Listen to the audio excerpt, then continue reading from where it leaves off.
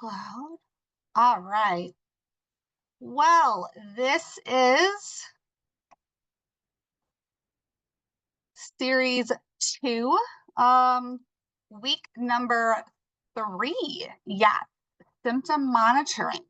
Um, so I just want to give a little like disclosure here for homework. Please make sure that you guys are waiting until after class to be utilizing any of these interventions that I send you ahead of time, because I want you guys to learn about them. Like that's why you signed up for this, right? Where it's to learn more about these different interventions and how to implement them. So it gives a chance to ask questions and brainstorms things. So the entire concept of like a TBS specialist is we want to ensure that you stay within your scope of practice and use the appropriate approaches that you've been trained in and that you fully understand. And if you're implementing these interventions that I send you ahead of time before class, that kind of just defeats the purpose and doesn't really follow with that well. All right, skill building. So let me say this here. So to determine what skills, before you start skill building, you need to determine what skills are important to your clients to improve, and what we want to work on because we want to work on items that matter to them as well as can address their mental health, right? So some work needs to be done before the beginning to work on skill building with clients. So you should go into thought with choosing like what skills to be addressed. This is why we talk about ongoing assessment of needs first, and why it's so important. So first, let's get into values. So I can see you guys here. So values are the ideals that are most important to someone, right? It can include like love or respect or empathy. They play this role in shaping a person's goals and priorities, and it can even shape their identity. So for TBS specialists to teach skills to match that client's values, but also to reduce their mental health symptoms and improve their functioning, right? Skills taught must relate back to their mental health and have an element of medical necessity to them. So I want to actually kind of go off script here for a minute and talk with you guys about some of the goals that I have seen come up across on notes. So let's see here. And you guys can see my screen, right? You see this this note that I have pulled up, right? So a couple things here I want to bring up to your attention, right? So first goal, I want to be happy all of the time. And the other one is I want to be able to take care of myself and live on my own. Obviously, it sounds like these are things that this person values. They value being happy. They value independence and all that. But I want to ask you guys, is that realistic to be happy all of the time? I mean, is that something like, even though that's what the client says they want, is that actually realistic for what we can do for them? For anybody, for that matter? No, not really. No. Mhm. Not even just not really, not at all, right? So the other part too of like, I want to be able to take care of myself and live on my own. Now, for some clients, that's possible. And for some clients, though, that's not. They are, if I am 90 years old, I'm on the decline towards dementia, I'm struggling with just my basic activities of daily living, I might want to live on my own, but is that realistic for what I can achieve? So sometimes we have to talk with clients, and I've seen other goals too about like, I want to run for president. I want to, I don't know, get my master's degree and this or that. And those are fine, but we have to ask ourselves, like, does this relate back to their mental health? And is this achievable? Or like, I want to win the lottery. Well, like, we can't guarantee that that's ever going to happen. So sometimes we have to have a conversation with clients like, hey, I don't want to set you up for failure. And I feel like if we make your goal, if you want your goal to be happy all the time, I don't think that that's something I'm going to be able to help you with because I'm not even happy all of the time, right? So is there another way that we could like reword this? So to know that you're not going to be happy all of the time, but at least you know how to get back to being happy, right? So when I would work with parents of like little kids, and they would say like, and I'd ask them like, well, what does the day look like when you don't need me anymore? And they'd say, well, they don't have tantrums. And I would tell them, well, that's not realistic. Like they're 4, they're going to have tantrums. Like I'm not going to promise you or sell you that that's never going to happen. So like, what's actually more realistic? So yes, get goals in their words, but it is okay to have the conversation with them about like, how is that though how is your mental health getting in the way of that? That kind of thing. So if their thing is I want to go back to school, okay, that's great. How is your mental health getting in the way of you going back to school? And that's where you can start to develop and build on that goal. Okay. All right. So values are influenced by our personal beliefs and by our family and our friends and our society. So they are acting in accordance with one's values can help them achieve a happier life. So here's where values come from and how they develop and where they show up, right? It's uncomfortable, to say the least, to live a life not in line with one's values. So be sure activities that you're engaging the client and deal with a problem of real life importance to them, right? So let's like go back to that example of like, well, I want to like go back to school. Okay, that's real life importance to you. But what is it that I can do? Because I mean, I can't do this whole like, helping you fill out college application type stuff. Like, what's the mental health things that I can do with you? Okay, so like for this one here, teaching social skills to support a client making friends at day program. If that's what the client wants to accomplish, then they probably value social connections. It has, right, like I said, it has to be important to them and your client, but it should be applicable to their life based on their needs. The skills should mean something to them, and this is just one of the ways that we can be person-centered, because clients are more likely to engage in skill building activities that are in line with their values. So if you ask clients what would improve their mood if they were doing more or less of it, like what skills based on their values would help them do or not to do that target behavior to improve it. We should be teaching skills that are in line with our clients' values, right? Assess what clients could benefit from learning. So for value-based skill building, an effective activity produces important outcomes, right? So as clients master value-based skills, it is improving their quality of life. And this is a great way to increase that client buy-in to case management services and to keep them engaged.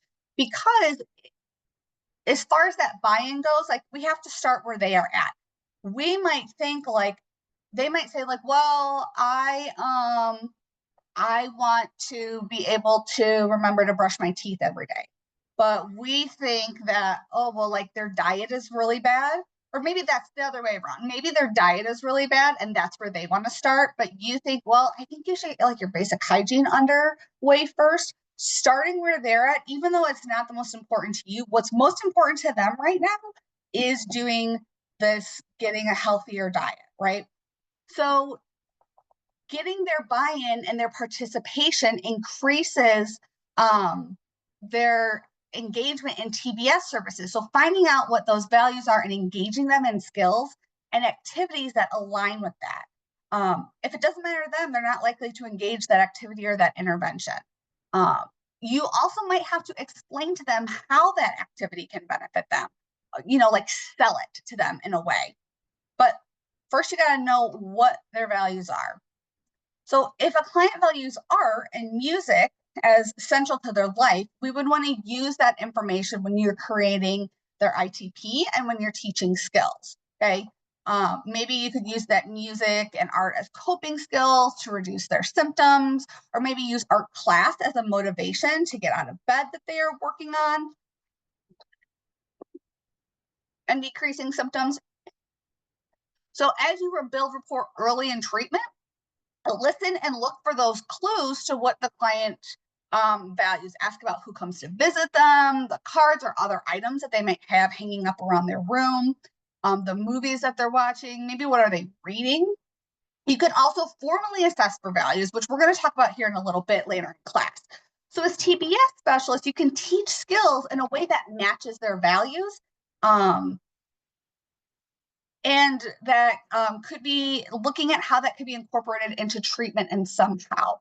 So for example, I use this example all the time when I'm teaching new hires how to do treatment planning and going through that process of like, you have 3 sessions to get that treatment plan done. And during those 3 sessions is when you need to figure out things like their window of tolerance. How long can they even like go for in a session? How often they need to meet, what are their likes and their dislikes so that you know what interventions, right? The example that I always give is that if I'm your client, you will find out very quickly, I hate journaling. You will not get me to journal at all. Don't even ask, okay?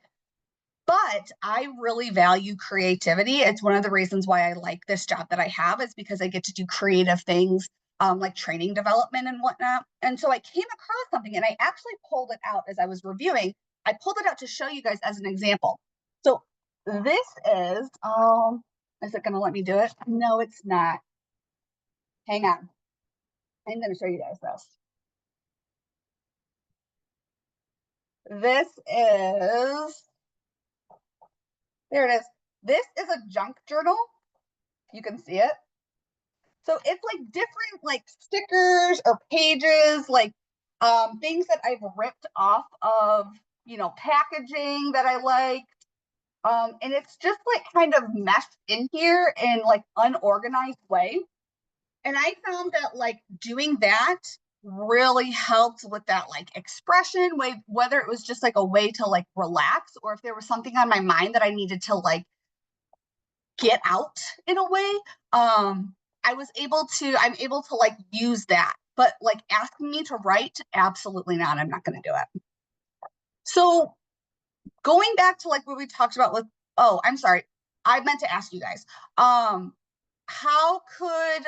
let me ask you, how could a client's mental health be a barrier to them living in a life that is in line with their values? What kind of examples can you guys think of? So definitely with it, mental health, it can give them lack of motivation and drive to engage in any of those values, even if it is something that's a great personal core value for them. So like what? Like depression would, you know what I mean? When you have moments of depression where you don't even want to get up and out of bed to do anything. I've got a gentleman who's going through it right now himself. And like today, he was just like, I just want to stay in bed. He's like, I've been Yeah. trying and doing the best I can to go out to the dining room for lunch, but can you get an aide to just help me get in bed? I'm gonna eat lunch in my room today. I just nothing I can think of bothering me. I just don't have the motivation for it, you know? Mhm. So if he values though his solitude and he values silence and he values time to himself, then he is living a life within his values, right? But if he values social interactions and he values like meaningful connection, he's not. Right. Lillian, well, you had your hand up. I have a client that values creativity a lot. I know if he's having I know like his physical symptoms, if he's not having a good like day physically, like I noticed an increase of his like anxiety and depression, and he's not coming out of his room a lot.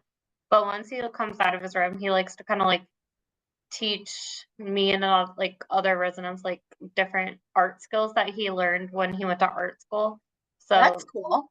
that's what I try to kind of get him out of his room. Like, hey, come out of your room. Maybe you can show me how you do this or something. Yeah, I So love it kind that. of forces him out of his room too. And so I learned something new like every time I talk to him about art that I never knew how to do before. So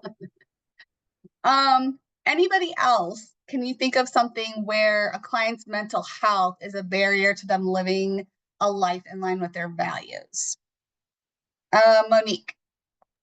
I have a client who values healthy relationships and really just wanting that relationship, but her mental health prevents her from that when she has anxiety symptoms and kind of engages in that negative self-talk or, you know, arguing with the other and just, not having good boundaries or healthy relationships. So that's been what we've been working on. Okay. Chloe, and then we're gonna move on. You're muted, Chloe. Sorry. So I have a client that struggles with really bad social anxiety, but he really values community. Like he used to be a part of day programs before he came into a long-term care facility, and he's not sure how to engage with people. And when people try and engage with him, he just feels like he can't do anything. Like he can't talk. He feels constant judgment, like, oh, there's something wrong with me. I'm doing something wrong. Okay, perfect. So going back, we talked last time about like being like the SMART goals, right? Going back to being measurable, achievable, and time specific. So even though life skills are chosen that are chosen are values based, the outcomes still need to be SMART. So this is how you know when your client has achieved those objectives and it's time for new ones. So we can see the target behavior, time how long it lasts, count how many times it occurs, measure it in some way. Avoid those vague objectives and target behaviors like Sally will be more appropriate in the dining hall. Well, what does that mean, right? I don't know what more appropriate means. So also with being meaningful and measurable, to find out what is meaningful to your clients, you need to take an inventory of their values. There's a few approaches that we can use to assess values. So there's informally assessing for their values through talking with them, just kind of paying attention to what or who's in their environment, what music they're listening to, things like that. But don't make assumptions, just be genuinely curious and check in with them about your observations. Like, oh, is this a rosary on your nightstand? Can you tell me about it? Gauge to what extent and how they value religion. Maybe they don't value religion at all, but their granddaughter got that for them because they're going through First Communion.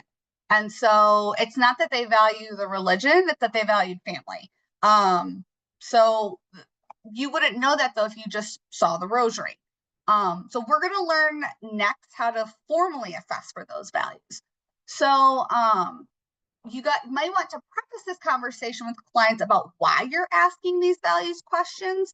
You're not just being nosy, especially maybe with some of the older clients. Some of these questions might feel like intrusive to them. So you're not being nosy. You're just trying to get to know them better, to tailor their treatment to their needs and their values so that they are engaging in activities that matter to them and to keep their interest. So saying things, just being, open with them, going back to that, like, I want to be happy all the time. Well, like, look here, man, I don't want to set you up for failure. I feel like I'm going to be setting you up for failure, right? Like, my job is to set you up for success. How can I help you be successful? And so maybe if they're like, well, why do you want to know about all these questions about my values, right? I might say something like, I want you to get something out of us visiting. I don't want this to all just be for nothing. If I don't know about you and I don't know what you like, then I don't want to waste your time. I want you to enjoy our conversations. I want you to get things out of this that are meaningful to you. And I'm, by figuring out what your values are, I'm going to be able to like just tailor what we do a little bit into what you like. So there was an activity that I had sent you guys about this values clarification. It can help them identify what's important to them. So first, you need to provide some psychoeducation regarding those values. And because, all right, so values, what are they? They are a person's beliefs about what's important, what matters most. They can be anything like family, hard work, success, having a good time. Sometimes people lose sight of their values and they live their life in a way that's not in line with what they believe. So if someone who values family, they might become overwhelmed by work and neglect their relationships. Every person has a unique set of values and there are no right or wrong answers. Your values will almost certainly be different from those of your clients. That's okay. Age, culture, the kind of family you come from, individual experiences and differences in life, these all have a major impact on what we hold as most important. So in this values clarification activity, you would select like the 10 most important items from the following list, and then you would rank them from 1 to 10, with 1 being the most important thing to them. This activity can help a client become more aware of their beliefs and ways in which they are not living up to them. By developing this insight, your clients, it helps them to make positive changes in their life so that they can better live up to them. It's just ranking from 1 to 10 in an order of importance. So the discussion should be focused on which values are being met and which are not being met. And when a value is not being met, identify what changes would need to occur so that they can change that. And their mental health could be a barrier to living a life in line with their values. Now, I'm sorry, I always get so thirsty when I'm presenting. So one thing to think about though, you have the ability to take these skills that we're giving you and make some adjustments based on your client's abilities and their needs. If you were to ask me to like rate my 10 top values and most important to least important, that might be kind of hard for me off the jump. I might do better starting off with maybe just like, what are your 10 values? Like, we're not even there yet. We're not even at ranking them. Just what are they first? Or maybe you start with like 5, like rank your top 5 in order. So going more with this values clarification discussion, right? So what was it like to examine your values for a few minutes? How would you react if your boss asked you to engage in conflict, engage in work that conflicted like with your top 3 values? Okay. I'm sorry, I messed that up a little bit. So, so let's talk about this example. A supervisor asked you to add 10 minutes to a billable session so you can meet your productivity goal. Your number 1 value is honesty. Now, what do you do? What do you say? How do you feel about that? I'm asking you guys that. So think about that for a minute. I'm your supervisor. I say, oh my gosh, you know, Monique, you are like right there. If you just tapped on like 10 minutes to that last client, you would get it. You would be bonus eligible.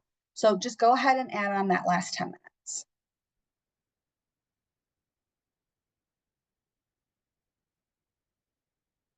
And this isn't just for Monique. What are your guys' thoughts about that? I honestly, if honesty is ranked high in those values, and then have to be honest with them in that moment, and no, not gonna do it in the sense that it's gonna come around and bite me in the ass. I will go do a 10-minute session with somebody else somewhere to make up for or something. But Yeah. if honesty is your value, best to be honest. Monique, you raise your hand. To go along with that, maybe you include like another value, like accountability, right? And say, you know what, like I'm not going to do that. I own that, you know, I didn't make it this week, but I'll do better next week. Yeah. Anybody else? Any other thoughts? Maybe loyalty, because you're like loyal to the company, and you know, falsifying your billing can get you in pretty big trouble. So just being loyal to like what the rules of the company and laws are. Yeah, absolutely. Okay. Oh, So Suzette, go ahead. You had said you started to say something. yeah, I was gonna say that, like you said, honesty. If you can do it, you can do it. You have to be honest Yeah, that you make it up. absolutely. Yeah. So looking at another activity where you can assess their values and guide the selection of skills to work on with a class. Let's take a look at this. Oh, okay.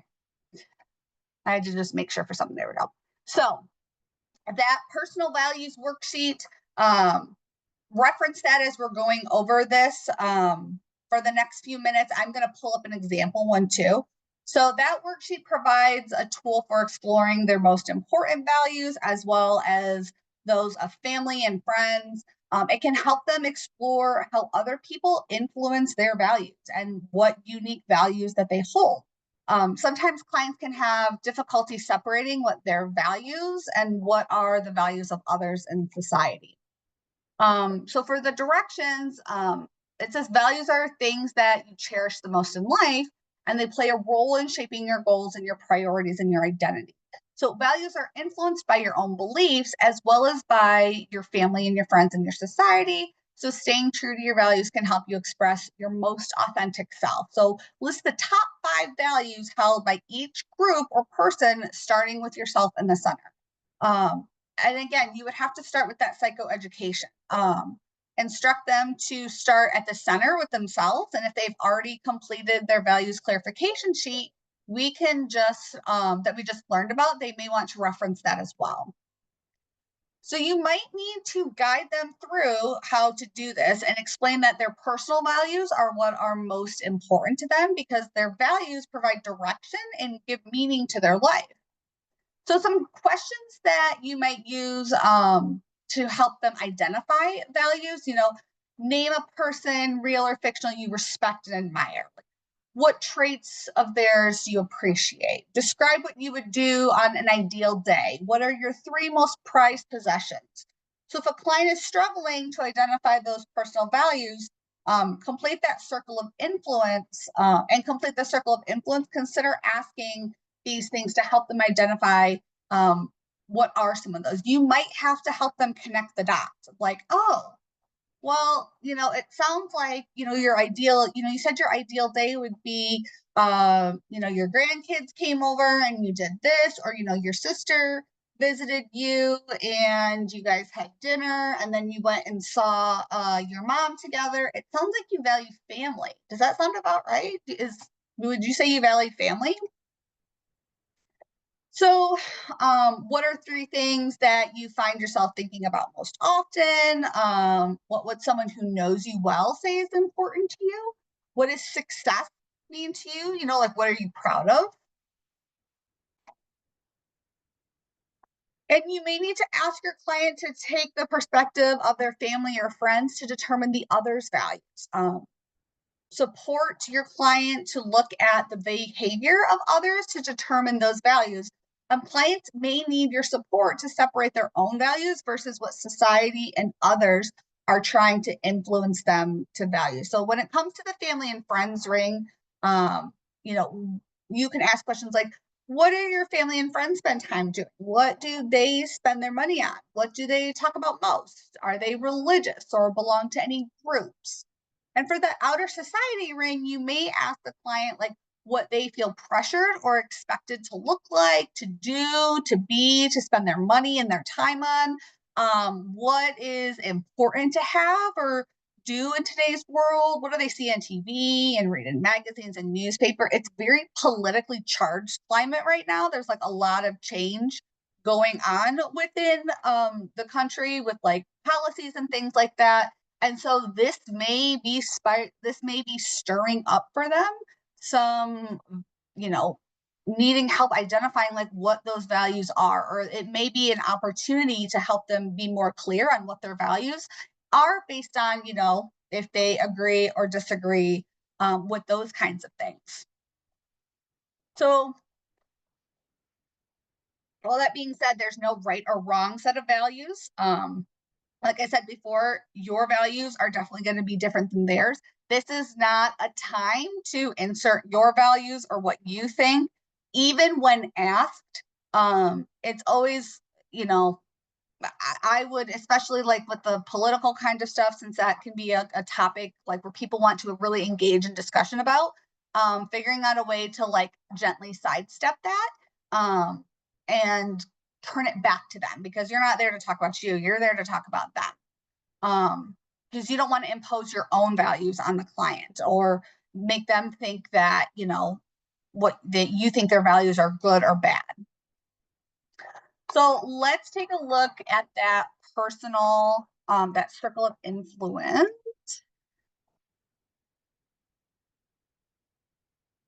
So 1, 2, 3, 4. All right, each person pick a level. I'm gonna actually call them somebody. I'm gonna call on Amanda to get us started.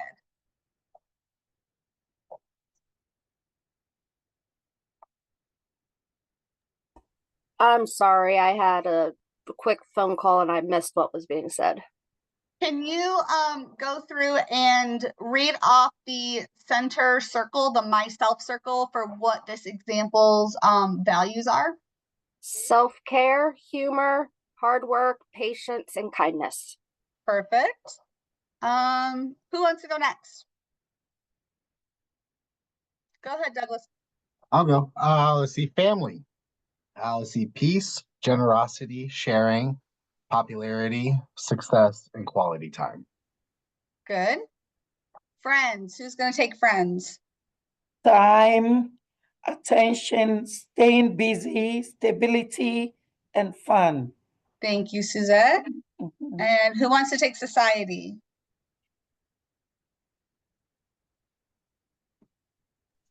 There's Independence, youth, fast pace, beauty, technology, and money. All right. Thank you. So looking at that, you can I can see here that some of like the connectedness here, how there's a family value of success, and then that maybe be influencing that personal value of hard work. I'm trying to think of here some other things that I can kind of same thing with like maybe that society and the hard work, youth and humor. I mean, this is really just to get your clients to kind of more map it out for them. Oh, sorry guys, I already did that. What seems important to this client? What skills might you suggest starting to work on? Actually, let's ask that. What skills might you suggest starting to work on based on that example? Let's see, let me pull it back up.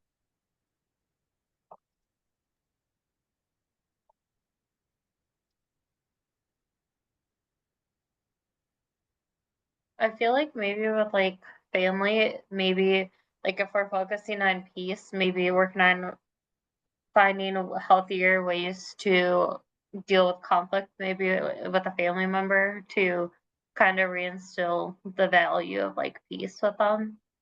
Okay. So let's say the client wants to improve relationship with family, and you see that, and maybe on here it says like quality time is something that they value. Like let's kind of go off script here. Maybe quality time is something that they value. You know, figuring out, does the client have anxiety about spending time with family?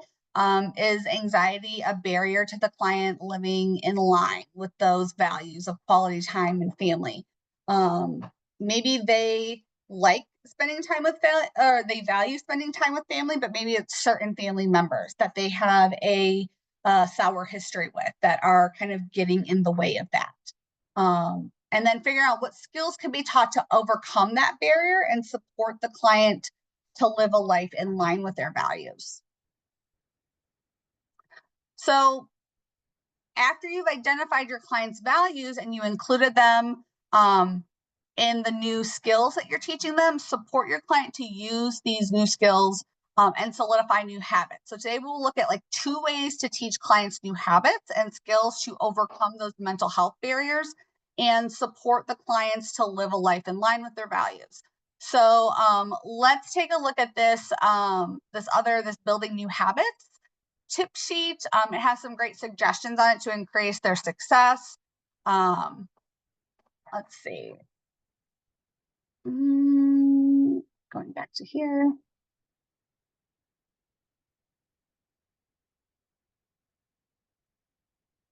I feel like that was not in. Oh, there it is. Okay, I was gonna say that does not look like one that I sent you guys. Yes, it is.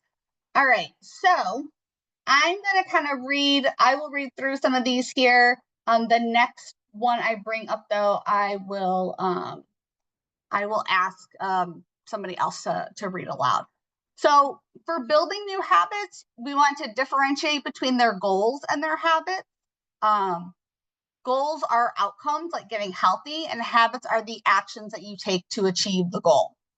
Start with small changes and make very incremental changes towards the behavior you want and work your way up from there. Even if you only improve something 1% every week, the changes that accumulate over months and years are massive. Update your environment, so make changes that encourage your new habit and discourage unwanted habits. Keep a bowl of fruit on the counter if you want to eat more healthy. Tie new habits to other activities. So make a plan using the format of after blank, I will blank. So after each meal, I will read for 5 minutes. This is just simply a way to remember your habit each day and encourage consistency. So some practice is better than no practice, right? So even if you don't have a lot of time or energy to do something towards building your habit, you're too tired for a long walk, just walk for 5 minutes. If you're too busy to read a whole chapter, just read 1 page, because consistency will build upon it. Tell someone you're starting a new habit, because doing so creates accountability. Now that's one of my things that is one of my values. I very much value accountability. If you miss something, you mess something up, just say that. Just own it, right? So having that accountability, it makes it more difficult to back out of that commitment.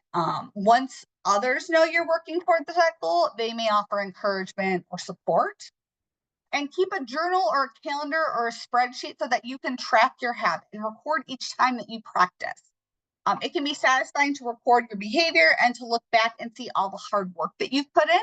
And it can be motivating to keep that habit streak alive. This is called that motivating to keep the habit streak alive. If your client is, like more neurodivergent, that gamification of something where we're turning it into a game, a quest, something like that, can create motivation, even if it's like something silly. So like my mom used to like spend way too long in the shower getting ready. She would, like just space out and kind of like do whatever. So she like had to create this like game in her head where she's like, I'm going to set a timer for 15 minutes. And like the game is to get done with everything before the timer went on. So then, all right. So the other one for that you guys were sent was the habit plan.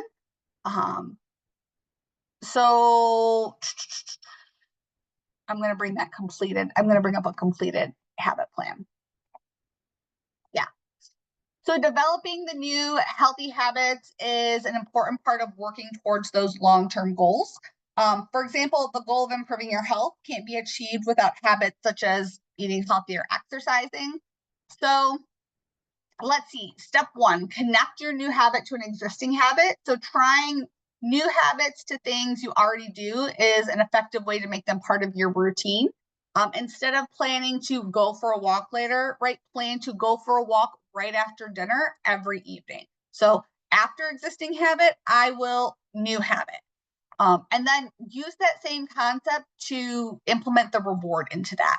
And it shouldn't contradict your habit. So don't eat a big dessert after eating a healthy meal. That just right 1 step forward, 2 step backwards here. So after new habit, I will reward. Let me get somebody to read this step 1, step 2, and then another person to read this next step 1, step 2, and the third person to read this last step 1, step 2. So 3 people. Who did I not hear on last time that I just did? I think Monique and Lillian. Can you guys take the first step 1, step 2, step 1, step 2? I can do the first one. Sure. Step 1, after I brush my teeth at night, I will do 10 push-ups. And step 2, after I do 10 push-ups, I will relax for 30 minutes. Thank you. Monique? And we got, after I get on the bus to work, I will practice deep breathing for 10 minutes. And then step 2 is after I practice deep breathing, I will listen to music. Perfect. And then who wants to read for me that practice example? I can do that. Okay. So step 1, connect your new habit to an existing habit. After eating breakfast, I will take morning medication. Step 2, reward success. After taking medication, I will play video games for 20 minutes. Thank you. Okay. So, all right, we just talked about all that. So, talking about rewards. So in series 2, you guys learned about different types of reinforcers here. So most common is that positive reinforcement. This is the addition of a desired circumstance or consequence after completing your target behavior. And then what have you found? I want to know, what have you found to be rewards or reinforcers that work for your client to like reinforce new skills or habits or behavior? Like, what I want to actually know, like, what have you guys used? What has been helpful?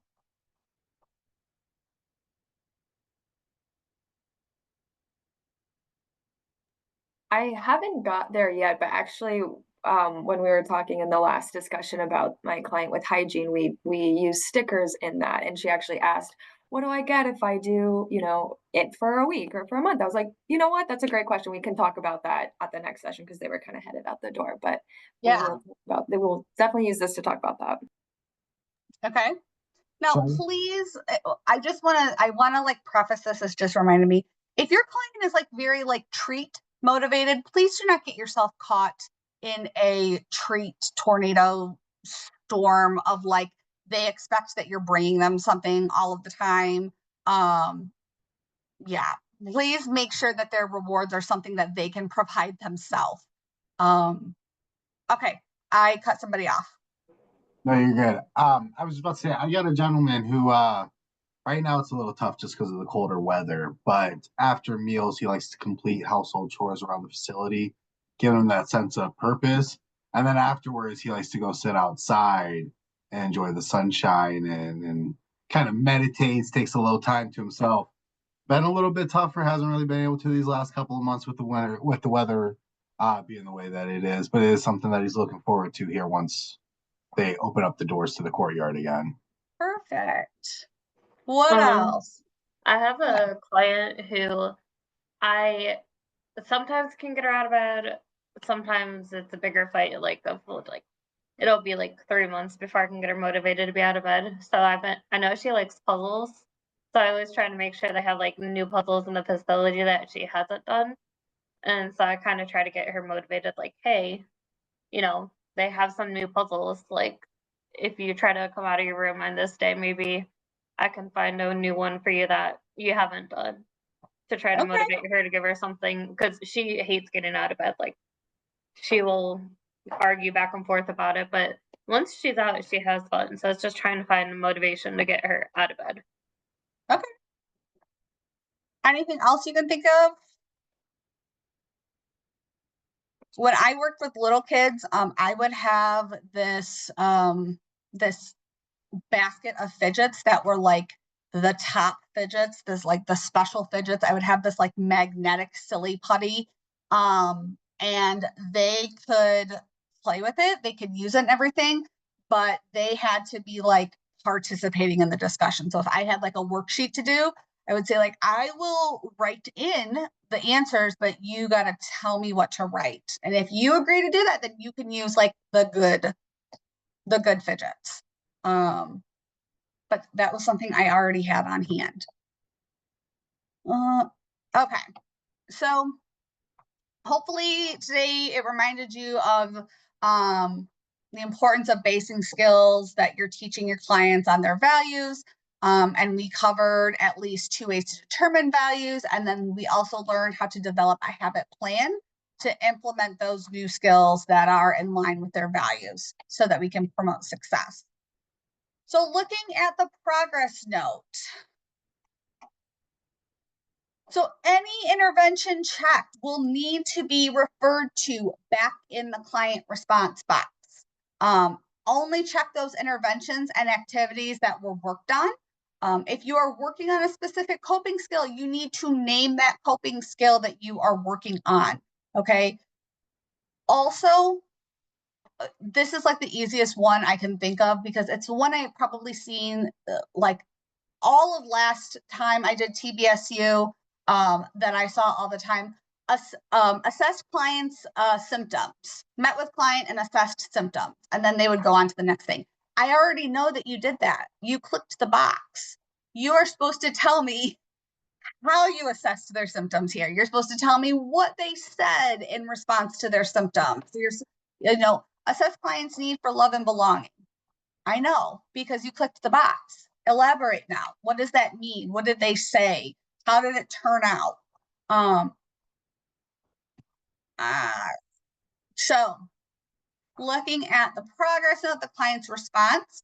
So Betty was engaged in session and completed a values clarification worksheet with this writer. When provided with support and guided discussion, Betty identified her 3 most important values as independence, stability, and family. Betty was encouraged to think about skills she may need to work on to be more independent and stated, I need to walk more often if I'm going to live on my own. Betty was provided with a habit plan and voiced a desire to use the intervention to develop a plan to walk every day. So we have to show medical necessity. We have to name the client's diagnosis or the symptoms. You must name specific activities, tools being used in each session, and these need to be related back to the client's mental health. We want to make sure that that note is person-centered, so using quotes whenever possible, and most sentences should start with the client's name. Are you guys noticing anything missing out of this note? Wouldn't address barriers be a part of it? Because you're addressing like what might be causing them to not like be skills that they want to work on. Say that again. Address barriers maybe because they're trying to see like she's trying to figure out like what's causing her not to like be able to make those new habits. I know what I'm trying to say in my head. I don't know if it's coming out the way I wanted to. I know that you do. Suzette, you turned your mic off. Yeah, I'm not sure, but I think you're not saying anything about the diagnosis or identifying any symptoms of their diagnosis or 50 gold stars for Suzette for today's class. Good. Yes, it's not having any there's no like discussion about the diagnosis or any symptoms. So for as all as I know, like Betty's just a friend that you're visiting and you're chit-chatting with. Because as the insurance provider, I don't know why I should be reimbursing this because it doesn't appear as Betty needs it. And something that I seen in notes this week too was talking about like displaying symptoms during session. Clients don't necessarily have to be like in a manic episode when you are meeting them to qualify as a as medical necessity. I want to hear about like what has happened between now and the last time that you met them that meets that medical necessity. Well, I haven't been sleeping.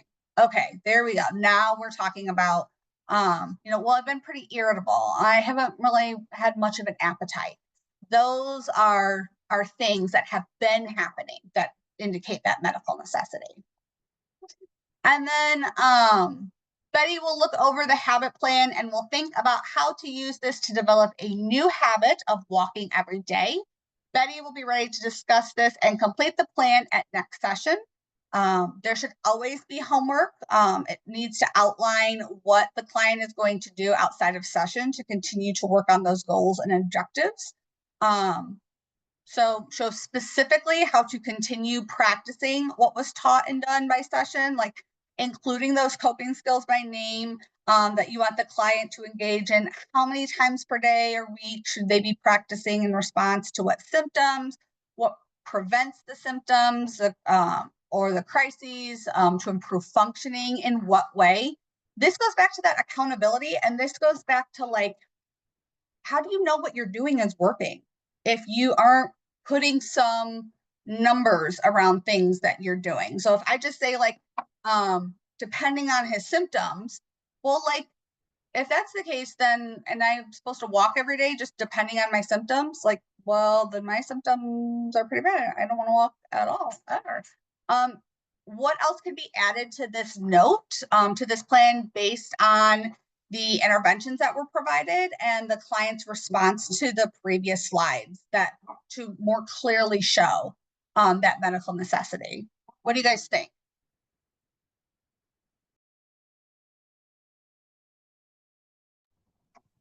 Walking every day to reduce symptoms of mental health. Depression. Yeah. More or less what we did, I mean, the intervention to reduce the diagnosis, the depression, the anxiety, did we achieve anything? So it says here that she is to independence, stability, and family. Talking about skills she may need to be more dependent and say that I need to walk more often if I'm going to live on my own. So if maybe Betty is not walking very much, we could, indicate like, is that because she's isolating? Is that because she's got fatigue? Is that because she is anxious about being outside? Those are things that we could add that would like then like kind of bring up that medical necessity. Okay. What questions, comments, concerns do you guys have about, let me see here. I want to end the show. Stop sharing. That you guys have about doing these interventions. Like, what can you guys think of who you're going to use? Like, talk to me about that for these last 7 minutes. And excuse me while I mute the microphone and yell at my dog because he can't behave for just a few minutes. Whoever wants to go first. I think I'm going to use the one that I mentioned earlier about trying to get her to come out of her bed more, because like my supervisor has also had her as a client before because I took over my facility from my team lead and supervisor. So just trying to find ways, like with the habits, to try to see what I can, like different ways to motivate her to want to be more social and out of her bed.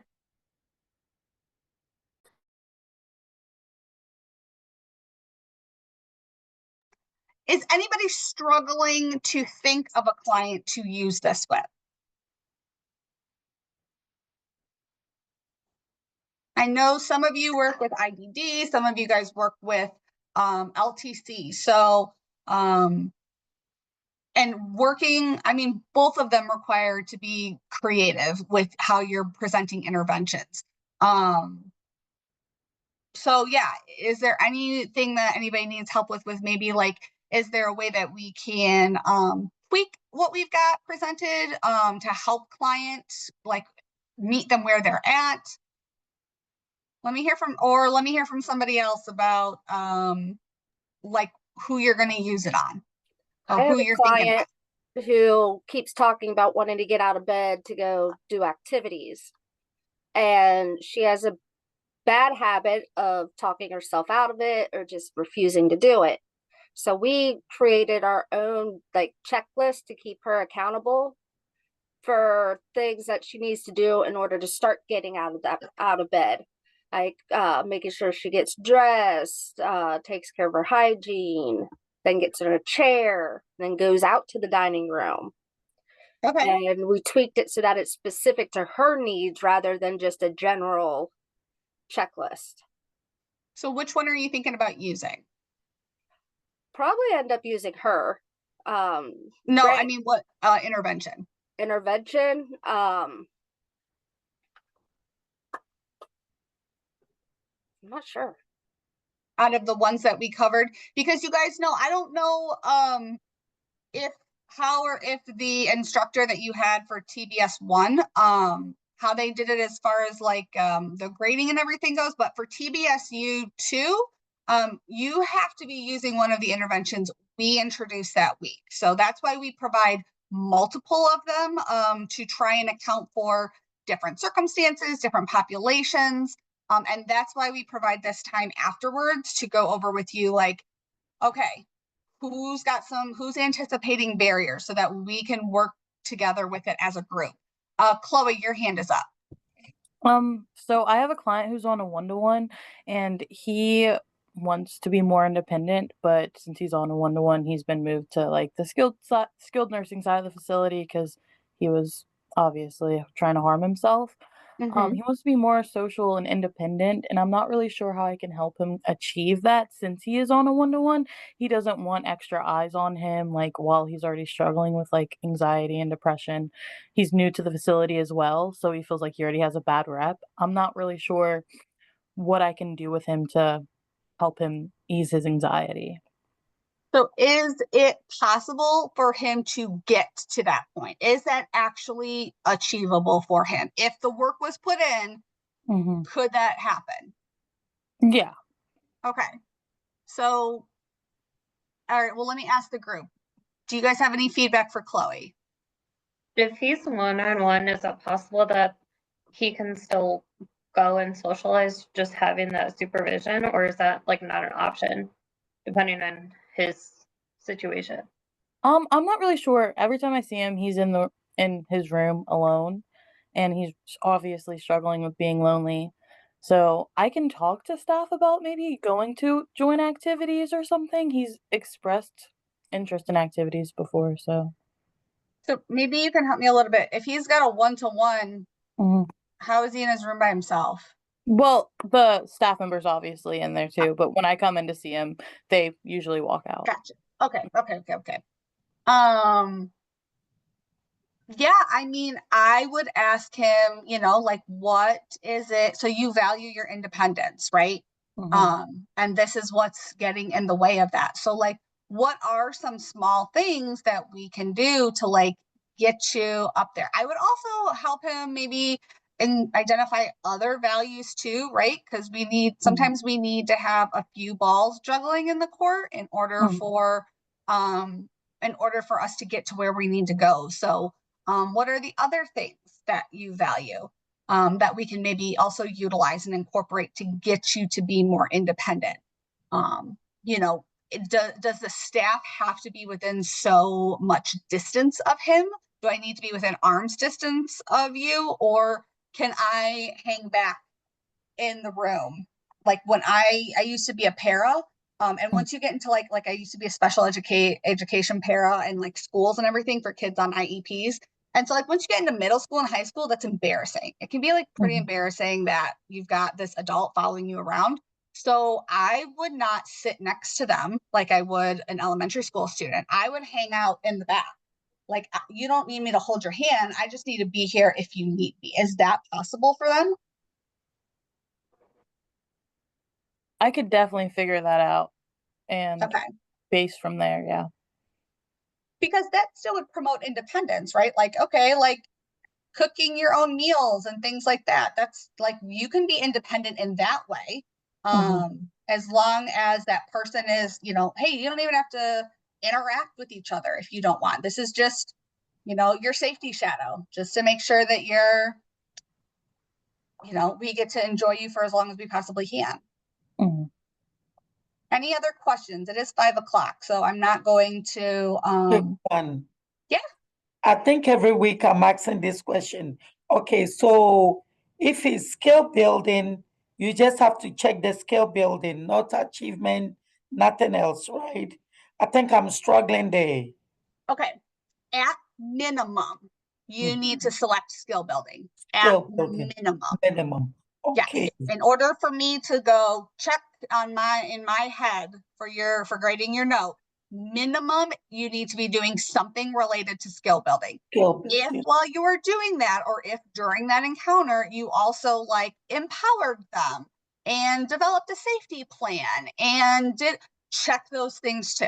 definitely check those things too. But just at the very bare minimum, say you only met with them for 15 minutes, which that would probably not be a good note to use to submit for your homework, by the way. Okay.